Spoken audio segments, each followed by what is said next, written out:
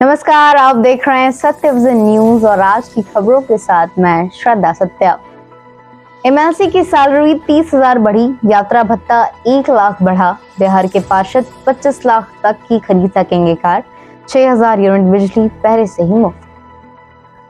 बिहार में विधायकों के बाद अब विधान पार्षदों की सैलरी में बढ़ोतरी हुई है। मंगलवार को सीएम नीतीश कुमार की अध्यक्षता में हुई कैबिनेट की बैठक में इसकी मंजूरी दे दी गई है। हालांकि अभी तक वेतन में बढ़ोतरी का आधिकारिक ब्रेकअप जारी नहीं किया गया है। सूत्रों की माने तो माननीय के इन हैंड सैलरी में 25 से 30,000 रुपए तक की बढ़ोतरी हो सकती है। इसके पहले 2018 में विधायकों और विधान पार्षदों की सैलरी में वृद्धि की गई थी।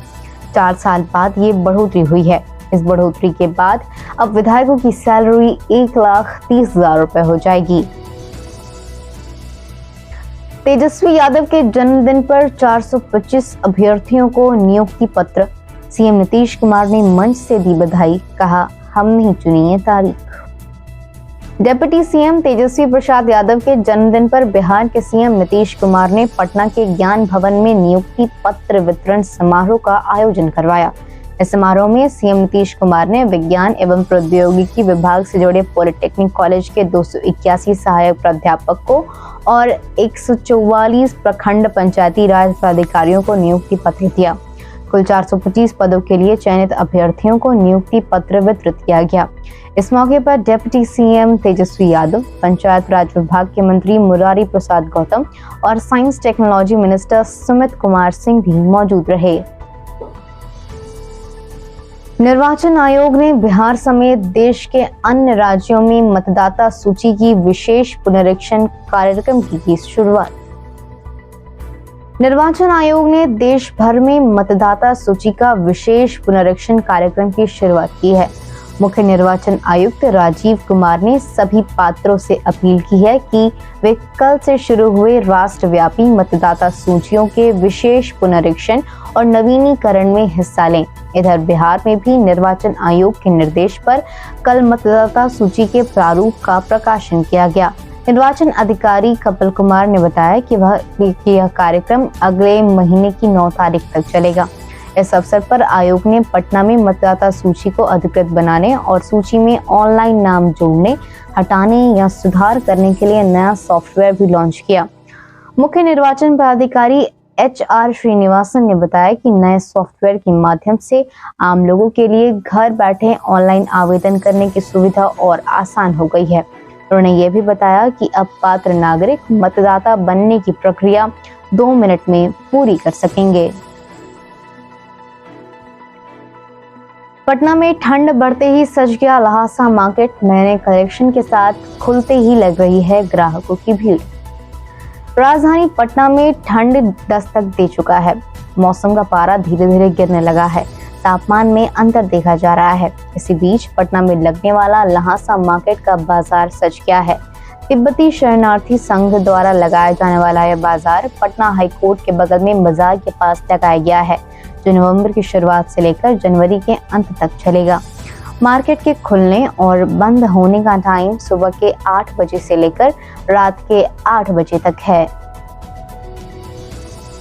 तेजस्वी के जन्मदिन पर सम्राट चौधरी ने साधा निशाना, कहा बिहार में हो रहा नियुक्ति घोटाला, जन्मदिन के दिन झूठ नहीं बोलने की दी सलाह।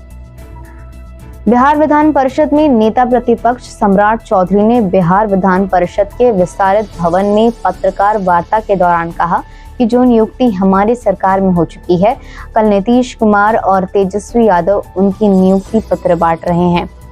नीतीश कुमार और तेजस्वी मिलकर बिहार में नियुक्ति घोटाला कर रहे हैं। साथ ही सम्राट चौधरी ने तेजस्वी को जन्मदिन की बधाई देते हुए कहा कि तेजस्वी यादव को अपने जन्मदिन के दिन तो झूठ नहीं बोलना चाहिए।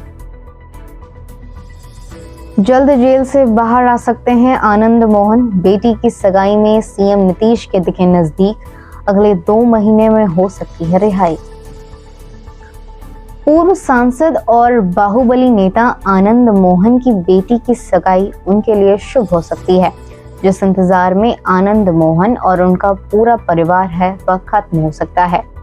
आनंद मोहन का पूरा परिवार बेसब्री से उनकी रिहाई का इंतजार कर रहा है।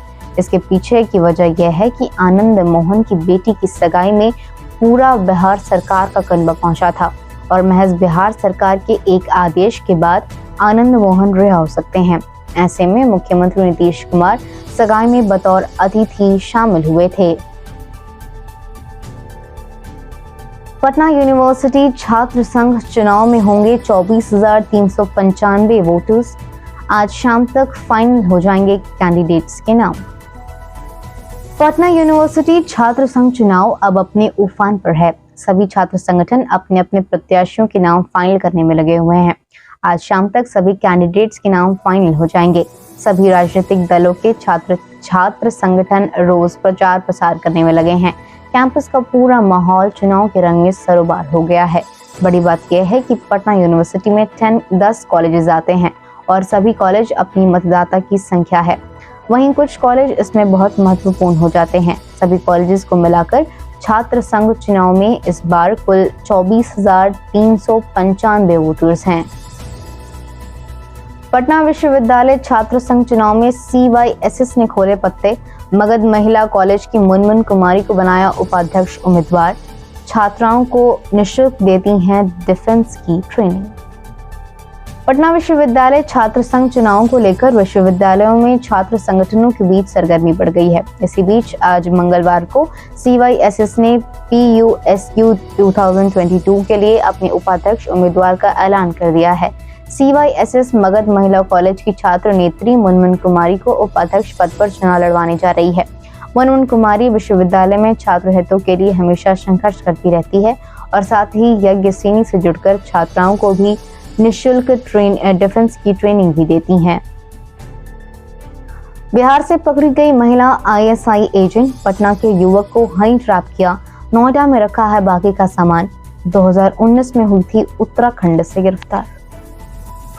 भारत नेपाल बॉर्डर पर किशनगंज से पकड़ी गई संदिग्ध महिला फरीदा मलिक पर पाकिस्तान की खुफिया एजेंसी ISI के लिए मुखबिरी करने का आरोप लग रहा है। वो भारत में चोरी छिपे रहकर बॉर्डर वाले इलाकों में हनी ट्रैप के जरिए लोगों को फंसा रही थी। इस काम में कई लोग उसकी मदद कर रहे थे। वो मददगार बाहर नहीं बल्कि भारत के अंदर ही मौजूद हैं। इससे पहले 2019 में ठीक इसी तरह फरीदा को उत्तराखंड से भी पकड़ा गया था।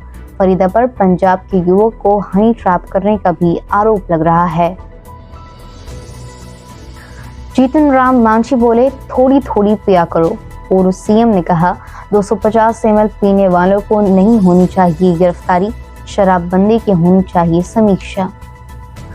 बिहार के पूर्व CM जीतन राम मांझी ने एक बार फिर शराबबंदी कानून की समीक्षा की मांग की है। उन्होंने सरकार को सुझाव दिया कि 250 ml शराब का सेवन करने वाले लोगों की गिरफ्तारी नहीं होनी चाहिए।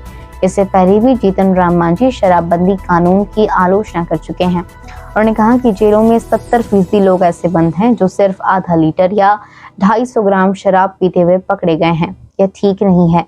जो लोग 125 या 250 ग्राम शराब पीते हैं उन्हें नहीं पकड़ना चाहिए। फिलहाल आज की समाचार बुलेटिन में इन खबरों के साथ इतना ही। मुझे दीजिए इजाजत। नमस्कार।